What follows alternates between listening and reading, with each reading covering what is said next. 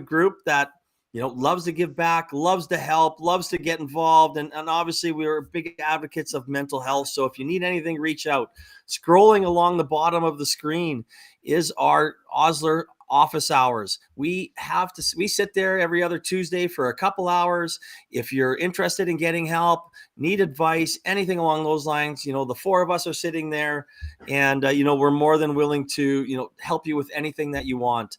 And one more shout out for tomorrow, Startup TNT finale. Come on out, be 250 people. Yeah, you might have to miss a bit of the Oilers game, but that's okay. They're down 2-0. But in the end, it's going to be a great night talking entrepreneurship in Calgary. And speaking about entrepreneurship, this is long overdue. Travis Gaudet and I have been friends for a long time. I've watched you grow into an incredible entrepreneur from the early days of talking about setting up a shop to where you are now. And I'm excited about this conversation. How are you? I'm doing good, man. Thanks for having me on. I appreciate it. Overdue. Oh, so overdue. And that's my fault, not yours. We've got to know each other over the last, many years. We've become good friends. You've worked on, Grayson, you've helped me with my injuries and so many people, but it's been a pleasure battling with you and getting to know you. And, as I said, I've watched you become an incredible entrepreneur, grow Orka into something that's an absolute incredible philosophy, incredible business. So what I would like to do is, you wanted to get into this, earlier on. You were a college baseball player, you're a catcher, you had your own injuries. Where did your passion come from, or how early did your passion come from to, give back and help people? Yeah, I think similar to a lot of people, when I was younger, I lost some people fairly close to me. And I think those situations can make you feel a little bit out of control, a little bit helpless. And just naturally, I think you kind of start to develop this desire to help anyone else you can when you can't help in those situations. So I think that was instilled at a very, very young age. And then obviously through sporting career and stuff like that, had a little bit of exposure to physical therapy.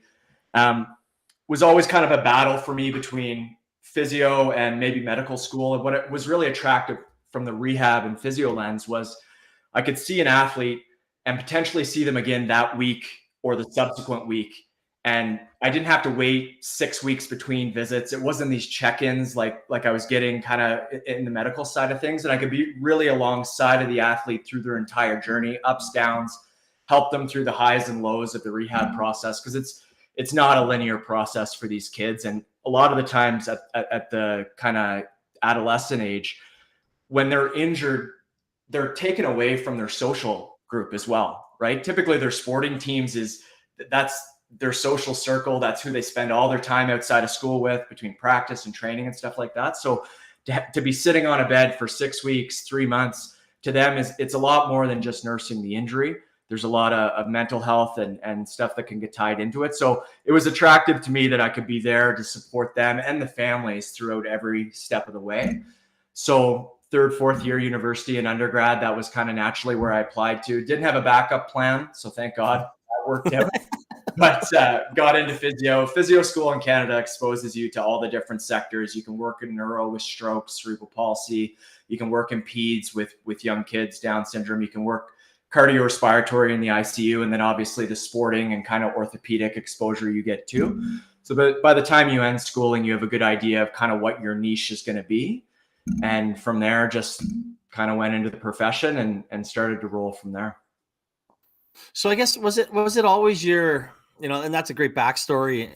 Was it always your goal to, obviously you didn't start off saying, hey, I'm going to open up my own clinic. This is going to be, you got in there, you learned the trades, talk a little bit about your background and your drive to become an entrepreneur and have your own business and start your empire, so to say. Yeah, I think my whole family, I come from a background of entrepreneurs. So I think that was kind of always there on the side naturally. I'd be lying if I said I had aspirations to own my own clinic right out of the gates, because that definitely wasn't the case. But I think the more I was ingrained in the profession, I started to realize a couple things. Firstly, physio was kind of viewed as a commodity. And what I mean by that is just like you would go around and you'd need regular gas, you could go to Shell, Petro, the price might be different, but you're getting gas wherever you go. That's how physio was viewed. Physio was the same, regardless of what brand you go to, you're getting physio. And if it didn't work at one establishment, it wasn't really that brand didn't work for you. It was that physio didn't work. And maybe then you would change to a different sector or something like that. So I found that quite interesting, where potentially the development of a brand wasn't as much of a focus as it was in different other markets and other sectors. The other thing I realized is the longer I was in it, I started to look at the landscape of rehab in private practice, which is kind of all the clinics you'll go to outside of the hospital. And I started to realize that there was a massive gap between what was being offered to athletes prior to the point where they turn professional. So semi-professional, adolescents, collegiate, massive gap as to what was being offered them, and then professional athletes in the MLB, NHL, things like that. So the interesting thing when I looked at that gap is it wasn't really tied into funding or monetary means like you would think. You would naturally think, okay, the Calgary Flames, lots of money, they're going to spend millions on their rehab machines, all this different stuff. But companies started to come out internationally where the cost to get some of those pieces of technology that the pros were using into the private sector, it wasn't really that high. It was fairly feasible. So there's this massive gap, and you started to see it in injuries too. So we see a lot of ACLs at Orka, so we take ACLs. The amount of people who are professional athletes who re-tear their ACL is 3%. Jeez. The amount of adolescents that re-tear it can be upwards to 33%. So it's the same surgery, right? But you look at the re-rupture rates or re-injury rates, and there's such a stark difference between the pros and the adolescents. What's the difference there? It's the rehab process. Yeah. Right. So for me, I started when I saw that difference, and obviously I came through sport and coached and stuff as well. Was up in Fort McMurray coaching baseball for some time before I came down to Calgary. And I became really passionate about trying to provide this professional level care that the professional athletes were getting, and trying to solve the problem of how do we bring that to the private sector and just increase access for everyone, whether it be parent of an athlete, grandmother, brother, sister, and just make sure that access to rehab wasn't the reason why these kids were losing their social circles, sport, and things like that. And I do have a follow-up before we get into, talking about entrepreneurship. So, I mean, obviously I've seen the benefits. You've worked on me and both our girls. What really, and I love it. But what in your mind, what sets you apart from other people out there? I mean, you've worked with obviously the professional soccer team. I can't remember the name of them here. You can probably say that, with Weber, with Edge. You've worked with some high-end athletes. So what has given you that, that edge, or what makes you so unique that everybody really wants to be working with Orka? I think there's a lot of different arms to the answer of that. But first of all, I think that just the way that we've set up the company operationally, physio from a business lens is a volume game, right? And we've all been to the physio clinic where potentially your therapist is there. There's 3 other people that they're attending. They're kind of hopping back and forth.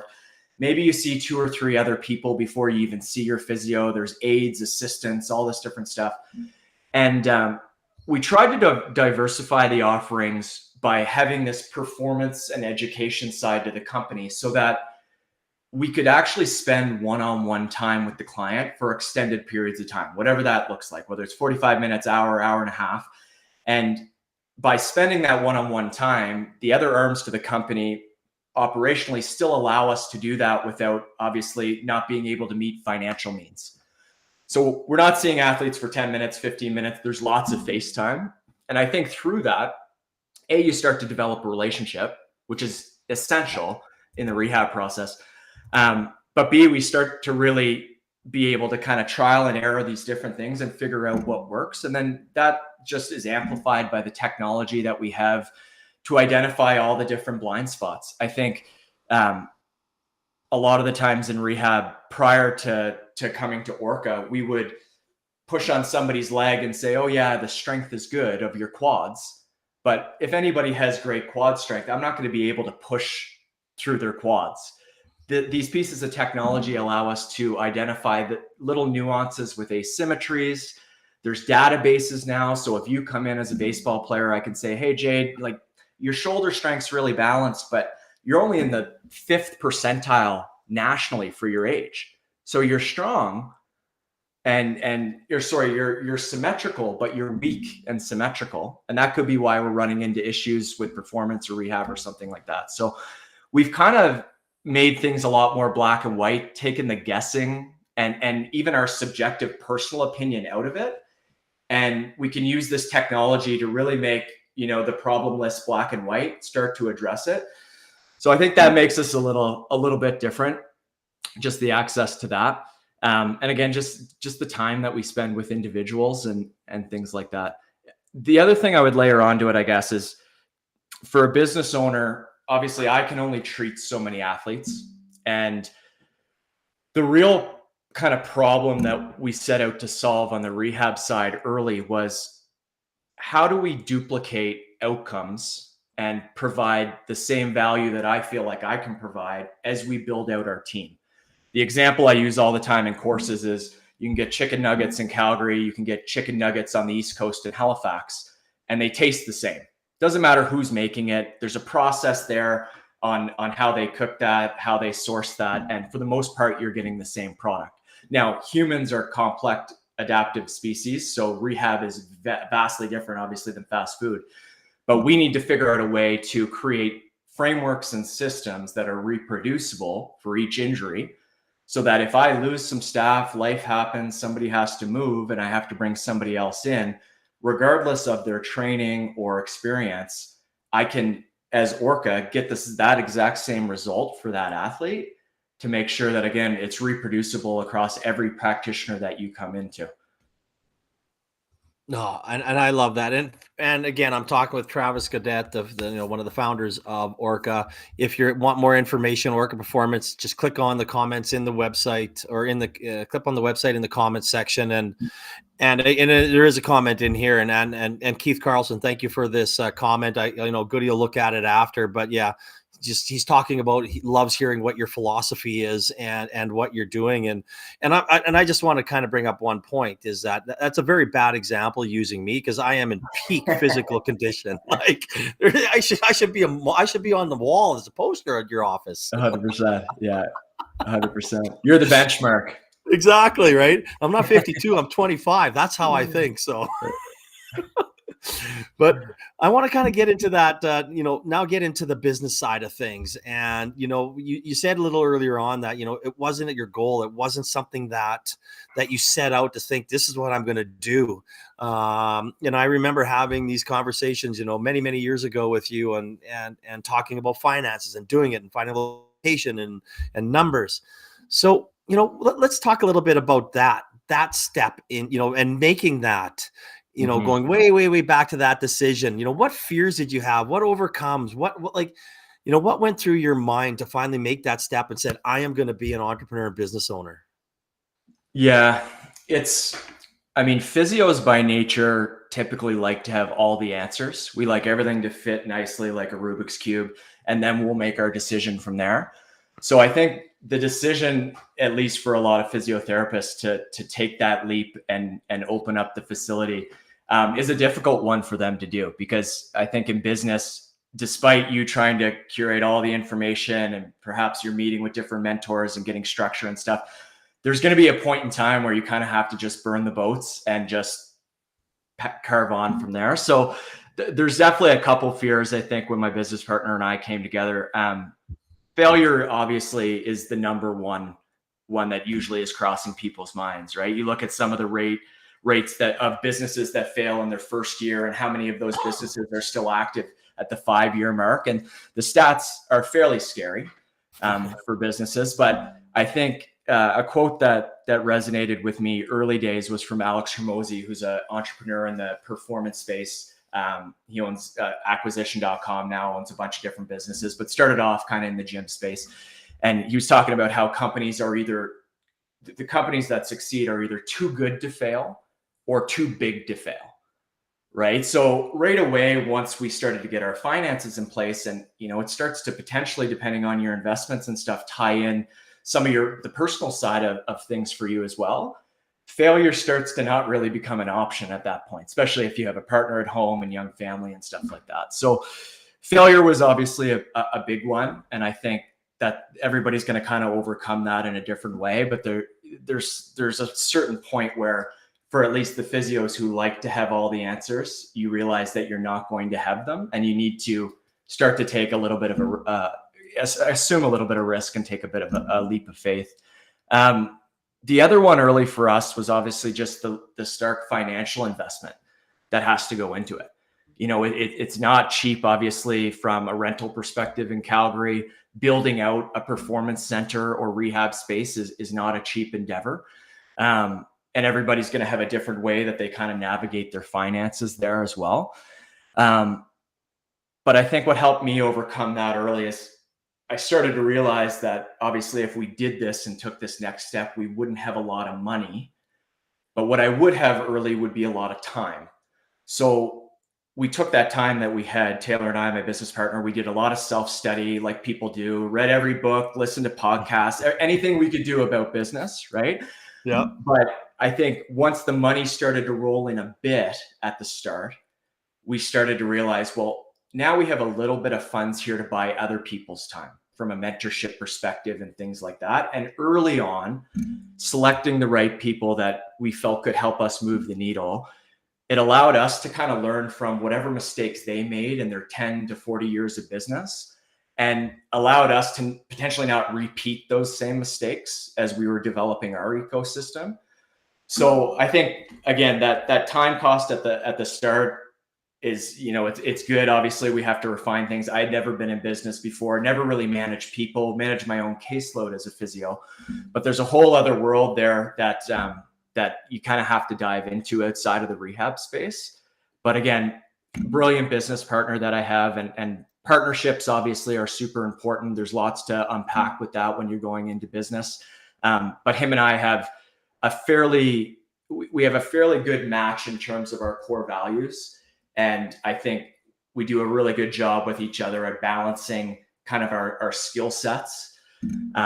He's a performance coach. I'm a rehab coach. We come at things from different lenses. The things he's good at, I'm not necessarily good at, and vice versa. So I got a little bit lucky in that sense, that those initial hurdles, we figured out ways to kind of overcome them together. No, I love that. Again, talking with Travis Gaudet, one of the founders of Orka. Click on on their website in the comments section. So things are going well. You got your first one. It's up. It's kind of in the Northeast, close to the airport. Beautiful facility. And now things are going good, and you're like, all right, maybe it's time to expand. Like, if we can do this once, we can do it again. So now you're kind of making that step away from something that you've built here. Your community's here, your connections are here, all your contacts are here. How hard was that to take it from here and plop that into Sherwood Park? And what was going through your mind to go from one location to two locations?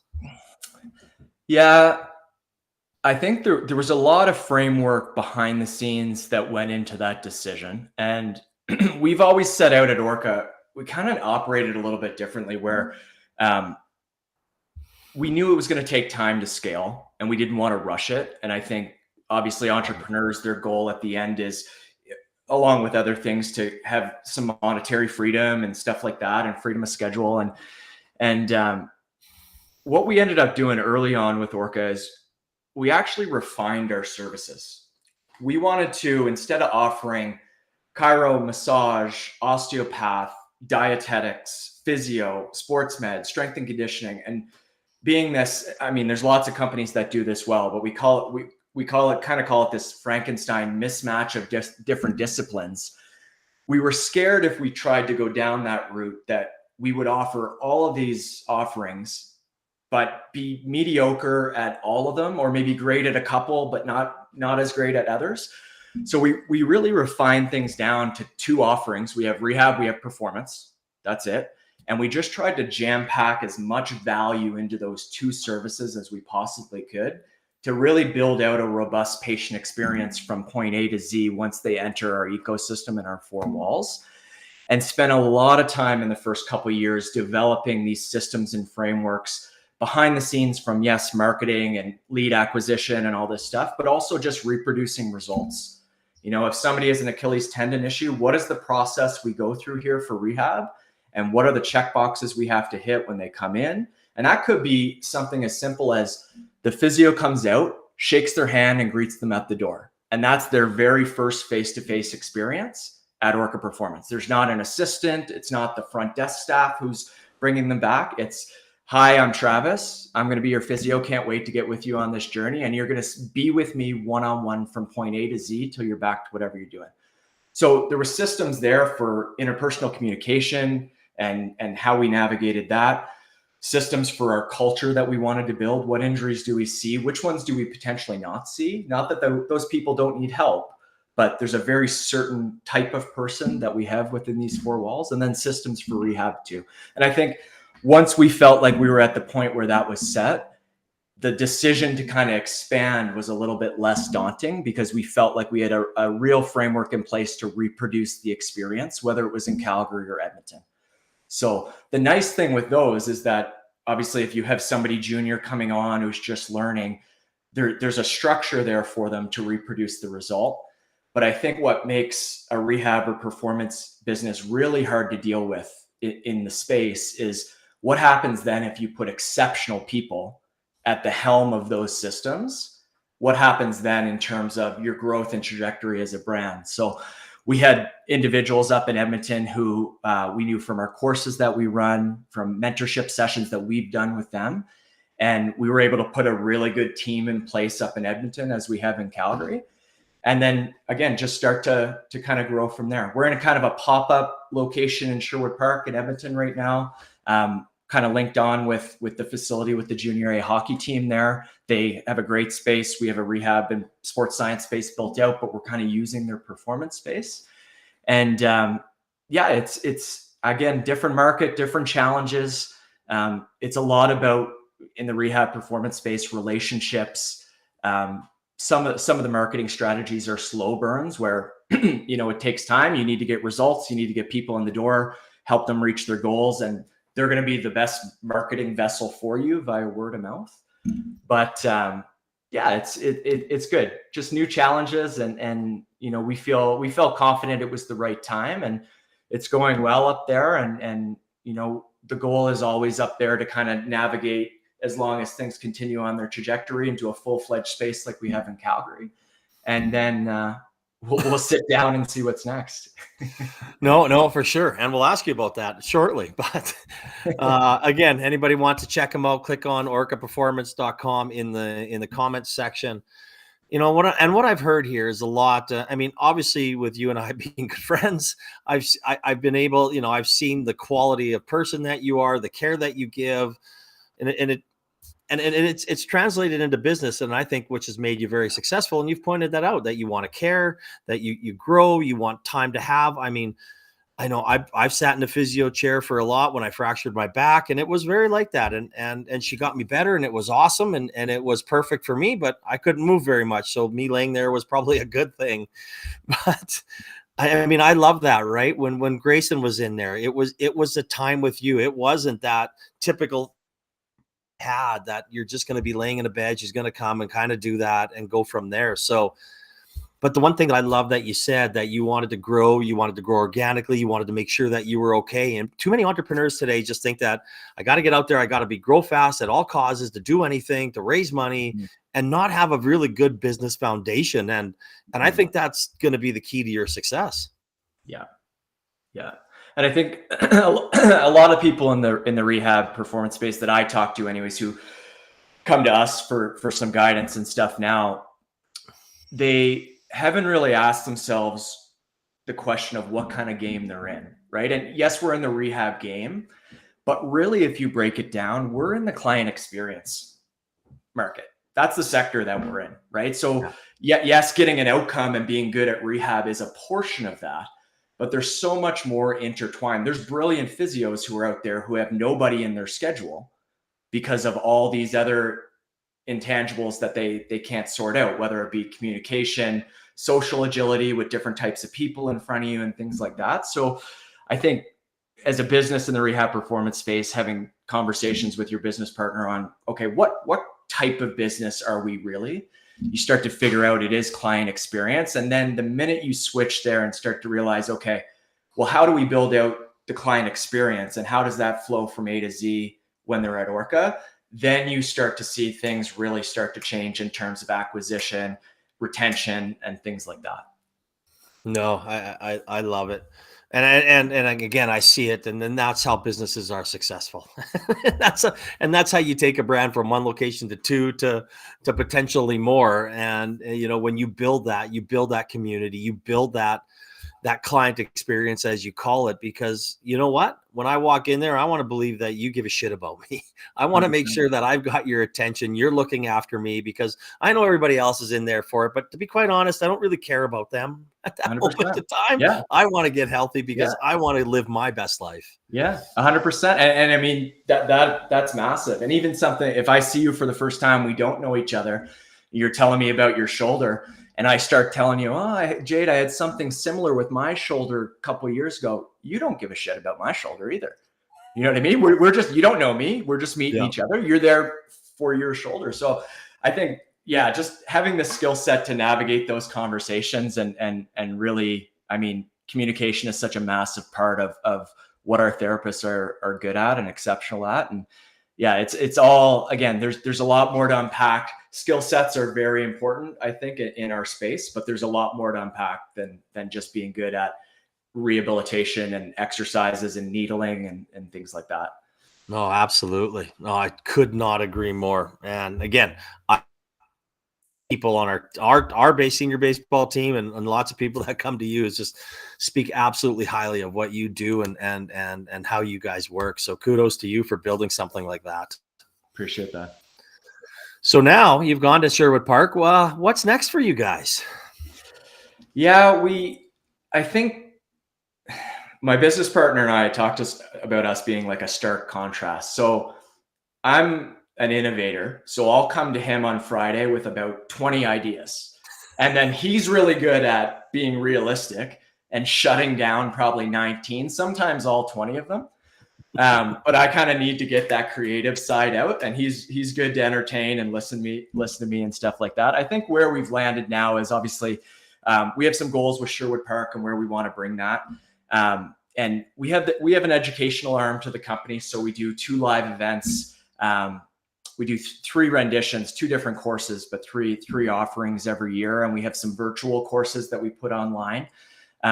We were lucky enough to go to Brisbane, Australia, this past fall and asked to speak there at a conference. And we built some great relationships there. And there started to be a little bit of demand internationally for some of our coursework for people who couldn't attend live. So the online offering was a way to try to get some reach to those individuals. Nice. But for us now, I think it's really building out the services that we can provide athletes within Calgary. You know, we have a massive passion for female athletes. We have a female athlete initiative at Orka that's run by Carly Spalding, one of our physios. She does absolutely brilliant work in terms of talking about nutrition for female athletes, which is the demands are actually quite different than men. She does great work talking about the menstrual cycle, educating on strength training, movement patterns, all these different things. Injury rates for females and males are quite different. Some of the injury rates for females are higher. And what they're starting to realize in research is that potentially it's not tied in as much as they thought to the menstrual cycle and different things like that. Some of the time it's just exposure. These girls haven't had the exposure to what is proper nutrition, how do you do a squat, hinge, and lunge. It's okay to get stronger if you're a 15, 16-year-old female, right? So we're really passionate on trying to level out the playing field there and make sure that, again, opportunity, we talked about opportunity earlier, just in terms of the tech and having that professional level rehab offering in the private sector. For us, we want to tip the scale and swing the pendulum a little bit and make sure that our female athletes for both performance and rehab are being offered on a same playing field as what men have been.